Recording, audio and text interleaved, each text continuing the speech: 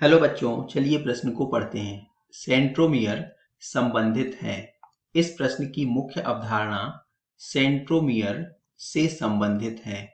Centromere जो कि गुणसूत्रों के मध्य पाई जाने वाली एक बिंदुनुमा संरचना है, जिसे हम गुणसूत्र बिंदु भी कहते हैं।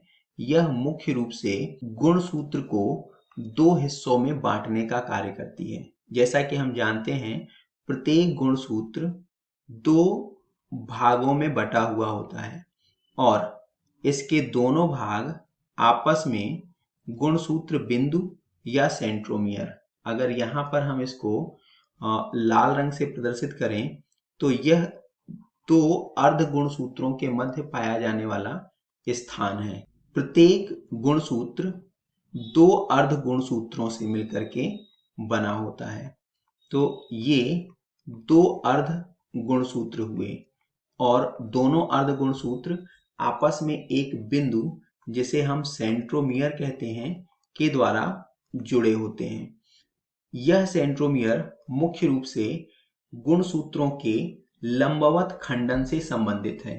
जब कोशिका विभाजन के दौरान अर्ध गुणसूत्र अपने अपने ध्रुवों की ओर खींचते हैं, उस समय प्रत्येक गुणसूत्र इस सेंट्रोमियर से दो समान हिस्सों में टूटता है, अर्थात गुणसूत्र लंबवत रूप से दो समान हिस्सों में बंटता है और यह कार्य संपादित होता है सेंट्रोमियर की उपस्थिति की वजह से।